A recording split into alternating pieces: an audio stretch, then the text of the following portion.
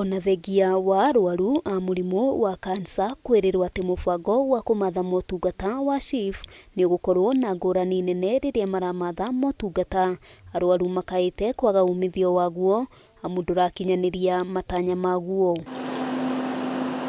Kuringana nao maracungiririo gucoka muhuko na kurihira mamwe ma motungata maria mubango uyu utaratangikira, undu uria maugite uracungiriria maremwo kumatha motungata kumana na wagi wa mbeca. Serikali imejikuja mkono,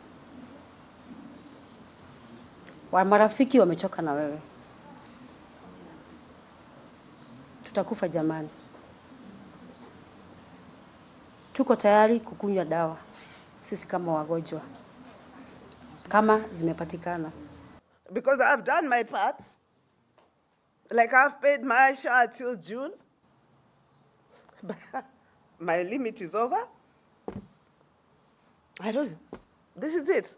Thengia noguo wagi wa ndawa cia kuhurana na maruru ma murimu uyu, mutambo wa SHA kugwa mahinda kwa mahinda, gwikururia kwa motungata ma radiotherapy ni gatagati-ini ka mitangiko iria arwaru maratungana nayo riria makinyia thibitari-ini cia muingi.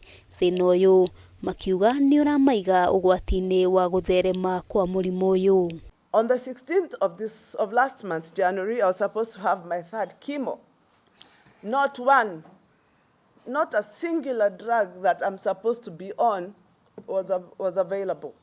Unafika mpaka miezi 3 haujapata dawa. Level 6 referral hospital. Unakwenda utafuta dawa nje ukuje tukudunge. Bali unaenda kutafuta ajui kama dawa yenyewe ni genuine. Arwaru aya makaire thirikari gukinyaniria mubango wa uria arwaru mangiamukira motungata ma urigiti na njira ya raithi, magitariria ukoretwo uri murigo muritu kurio. I'm not paying to somebody's account. I'm actually paying the government. So what's so hard with the government going to camps and asking them to deliver medicines to the hospital? We are frustrated.